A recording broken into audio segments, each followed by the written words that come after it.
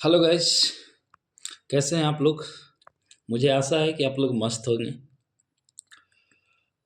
हमारा last lecture lecture number 7 में मैं लिमिट स्टेट स्टार्ट किया था फ्रेंड। उसमें कुछ टॉपिक बच गया था जो आज मैं कंटिन्यू करने जा रहा हूँ। ओके, आप लोग का टाइम ज़्यादा न लेते हुए वीडियो को स्टार्ट करते हैं फ्रेंड। जैसा कि फ्रेंड आप लोग हेडिंग देखे हो, लिमिट स्टेट मेथड। इसमें क्या है फ्रेंड, लिमिट कोई भी स्ट्रक्चर, दुनिया का कोई भी आरसीसी स्ट्रक्चर दो तरीके से फेल होता है फ्रेंड।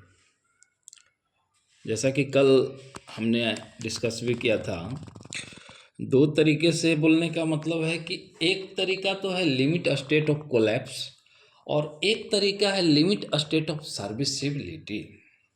यस फ्रेंड, अभी एक टर्म आगे आएगा फ्रेंड, सेकंड वाला, serviceability, limit state of serviceability.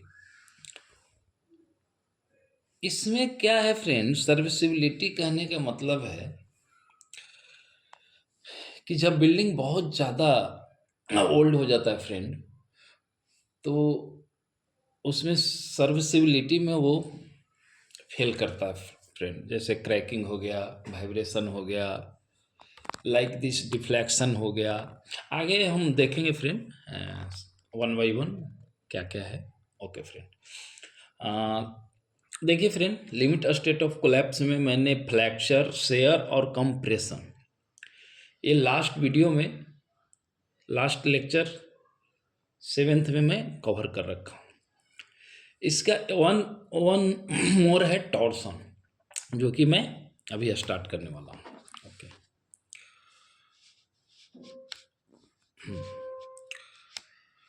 Okay friend, अभी टॉर्सन क्या है फ्रेंड, मैं लिख रखा हूँ, आप लोग जैसा कि स्क्रीन पे देख पा रहे हैं। Torsion, the torsion is defined in RCC beam. For example मैं बीम का लेके चला हूँ फ्रेंड, कॉलम में भी हो सकते हैं, हर जगह हो सकते हैं, स्लैब में भी, बट मैं एग्जाम्पल बीम का लेके चल रहा हूँ। तो लिखा हूँ मैं, define in RCC beam is that twisting of the beam due to twisting moment. Yes, twisting का मतलब, ट्विस्टिंग का मतलब क्या, वो लपना फ्रेंड, मुड़ जाना, ट्विस्ट हो जाना,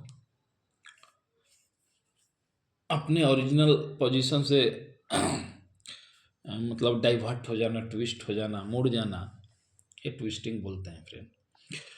तो टॉर्सन क्या है फ्रेंड, किसी भी जैसे बीम है, बीम पे मोमेंट लगने के कारण, टॉर्क, टॉर्क और ट्विस्टिंग मोमेंट लगने के कारण बीम जो है अपने अलाइनमेंट को वो डाइवर्ट हो जाता है, अपने मेन अलाइनमेंट से, ओरिजिनल अलाइनमेंट से डाइवर्ट हो जाता है ड्यू टू ट्विस्टिंग मोमेंट। जैसा कि मैं आगे फिगर में बना रखा हूँ फ्रेंड, आप लोग देख पाओगे। यस, देखिए फ्रेंड, मैं एग्जांपल बीम का लेके चला हूँ, मैं लिखा हूँ before applying twisting moment. Okay, twisting moment apply करने से पहले हमारा जो बीम का जो कॉन्फ़िगरेशन है फ्रेंड, वो जैसा था उस तरह से है, मतलब कोई इसका अलाइनमेंट चेंज नहीं हुआ है, अपने ओरिजिनल पोजीशन में है। But friend, in this case, figure number 2 मैं लिखा हूँ where T is the twisting moment, ये torque, twisting moment frame, right this, मतलब क्लॉकवाइज डायरेक्शन में मैं दिखाया हूँ। आपको ऐसा दिख रहा होगा फ्रेंड, फिगर में दिख रहा होगा फ्रेंड कि ये बीम जो है हल्का मुड़ गया है, ऐसे ऐसे मुड़ने के उसमें है, मतलब सीधा नहीं है फ्रेंड। जैसे ऐसा था बीम हमारा, ऐसा था बीम ओरिजिनल पोजीशन में, ट्विस्टिंग मोमेंट एक्सियली लगने के कारण ऐसे ऐसे आपको दिख रहा होगा फ्रेंड, ऐसे हल्का लग रहा होगा कि सीधा था, अभी ऐसे हो गया है। तो इसी को हम कहते हैं फ्रेंड कि after applying the twisting moment on beam, structure मतलब जो है अपने ओरिजिनल पोजीशन से ट्विस्ट हो जाता है, मुड़ जाता है।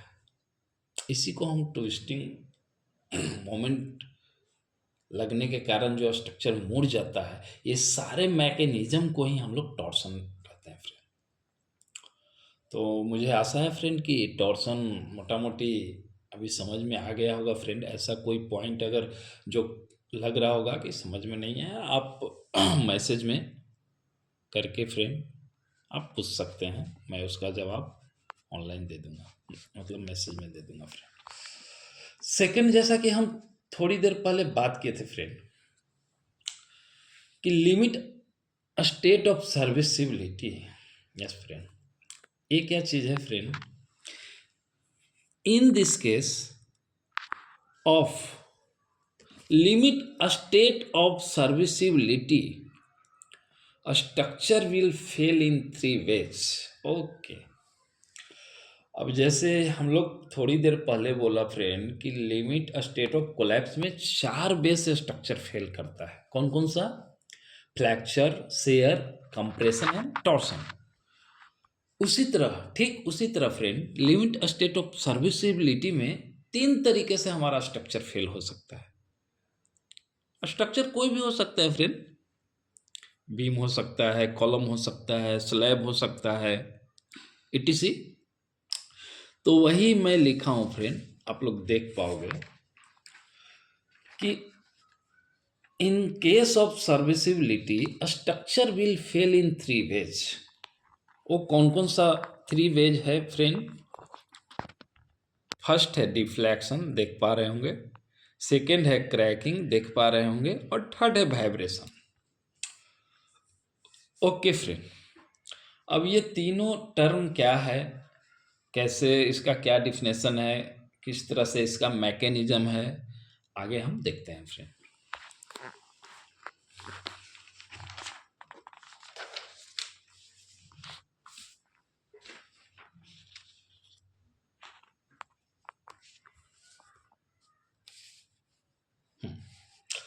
ओके फ्रेंड, अब आप देख रहे होंगे कि लिमिट स्टेट ऑफ सर्विसिबिलिटी में जो मैंने बोला कि 3 तरीके से स्ट्रक्चर फेल होगा। तो फर्स्ट जो हमारा तरीका है, फर्स्ट तरीका है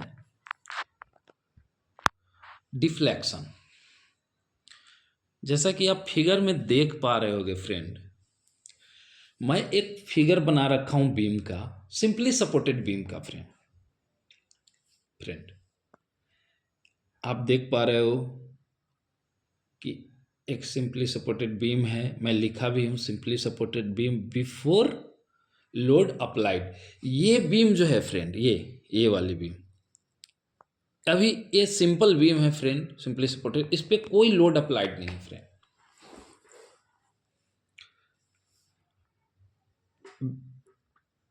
फिगर नंबर 2 देखिए फ्रेंड, मैं लिखना भूल गया कि आफ्टर लोड अप्लाइंग है वो। जब मैं पॉइंट लोड अप्लाइड कर दिया फ्रेंड बीम पे, तो शायद आप ये देख पा रहे friend,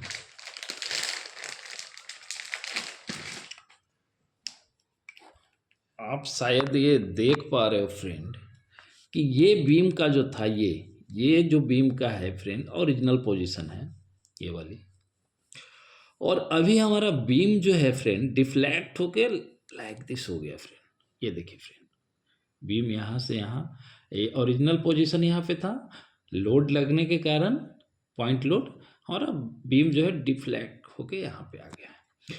difference between original position to deflected,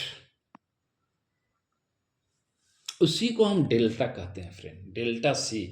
hair is the point of C, और यहाँ का डिफ्लेक्शन है, ये डिफ्लेक्शन का सिंबल है फ्रेंड, डिफ्लेक्शन का ये सिंबल है डेल्टा सी।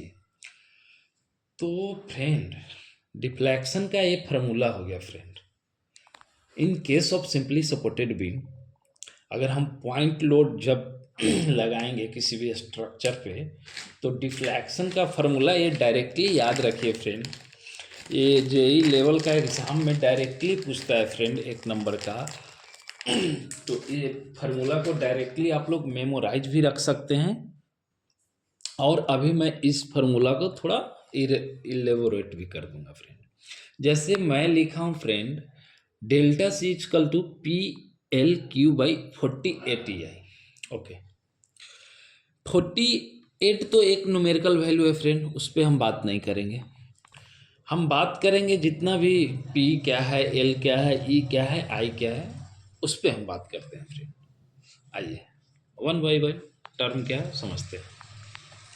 देखिए मैं क्या लिखा हूँ फ्रेंड, ये डेल्टा सी जो डिफ्लेक्शन का फॉर्मूला है उसमें क्या क्या टर्म है। Where P is the point load, L is the length of beam. Yes friend, मैं लेंथ ऑफ बीम वहाँ पे दिखाना भूल गया फ्रेंड, मैं अभी दिखा देता हूँ।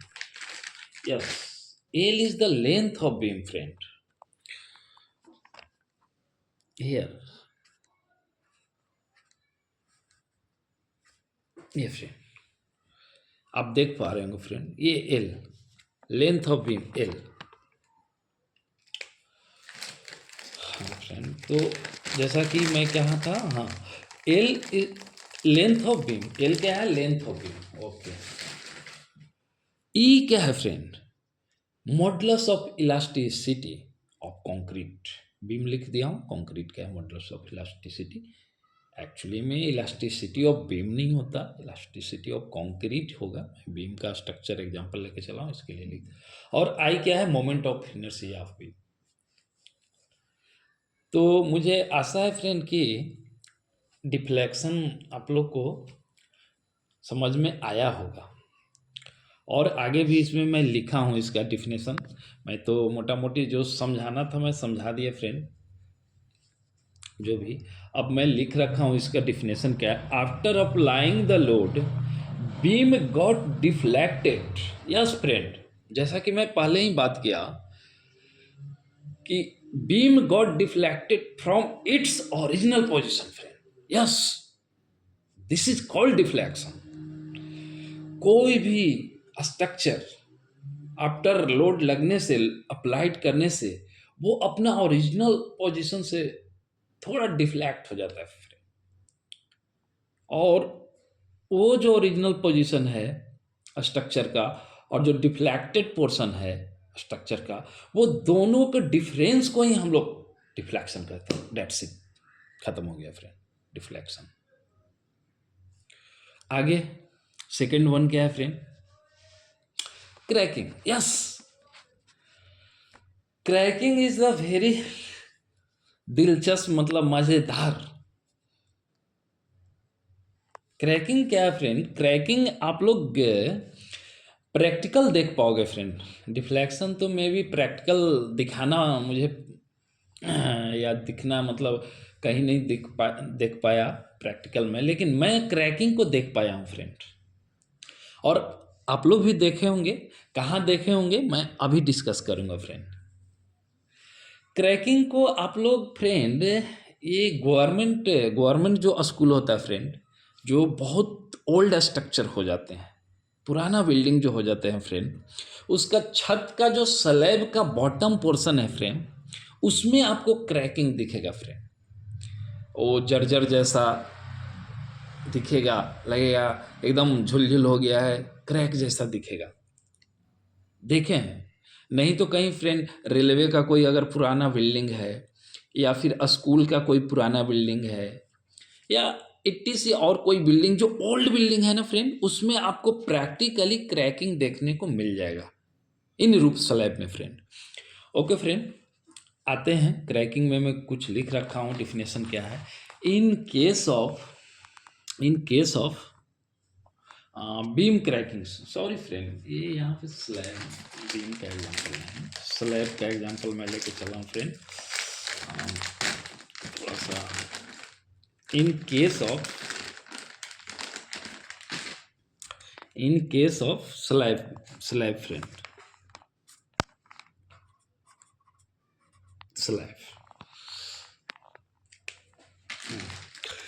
in case of slab cracking is occurring when applied tensile stress. Yes friend, यहाँ पे दो ही टर्म है फ्रेंड। क्रैकिंग कैसे आ जाते हैं एक स्ट्रक्चर में फ्रेंड, स्लैब हो किसमें भी, स्लैब में आते हैं सारा क्रैकिंग देखने को मिलता है, आते तो सारे स्ट्रक्चर में हैं, लेकिन स्लैब में, रूफ स्लैब में आपको आसानी से देखने को मिलेगा फ्रेंड। मेरा लिखा हुआ जो टर्म है applied tensile stress greater than it's resisting tensile stress. Yes, जो हमारा स्ट्रक्चर का, स्लैब का टेंसाइल स्ट्रेस रेजिस्ट करने का जो क्षमता है, अगर उस क्षमता से ज़्यादा अगर अप्लाइड टेंसाइल स्ट्रेस लग गया, देन हमको स्ट्रक्चर में क्रैकिंग दिखना स्टार्ट हो जाएगा फ्रेंड, दैट्स इट। तो कहने का मतलब ये हुआ फ्रेंड कि जितना ये स्ट्रक्चर रेजिस्ट कर सकता था टेंसाइल स्ट्रेस को, उससे ज़्यादा अप्लाइड हो गया। मान लिए फ्रेंड, मैं एक एज एग्जांपल मैं थोड़ा सा समझाना चाहूँगा यहाँ पे फ्रेंड, ताकि आप लोग को अच्छे से समझ में आ पाए फ्रेंड। ऐसे तो मैं लिख ही रखा हूँ, बट थोड़ा सा मैं इसको इलेबोरेट कर रहा हूँ फ्रेंड एज ए एग्जांपल, ताकि आप क्रैकिंग का मतलब वो अच्छे से वो ले सकते हैं फ्रेंड। मैं क्या कह रहा हूँ फ्रेंड, ये किसी भी स्ट्रक्चर का फ्रेंड, किसी भी स्ट्रक्चर का फ्रेंड, ये मान लिए 10 इसका रेजिस्टिंग मोमेंट है, रेजिस्ट कर सकता था 10, बट हमने अप्लाइड कर दिया 12 फ्रेंड। ये अप्लाइड कर दिया 12, रेजिस्टिंग था 10, देन ये दो जो है ना फ्रेंड, ये दोनों का बीच का डिफरेंस 2, ये जो 2 एक्स्ट्रा जो टेंसाइल स्ट्रेस लग गया, ये इस लोड के कारण जो है हमारा स्ट्रक्चर में, रूफ स्लैब का एग्जांपल लिया हूँ, रूफ स्लैब में क्रैकिंग आएगा।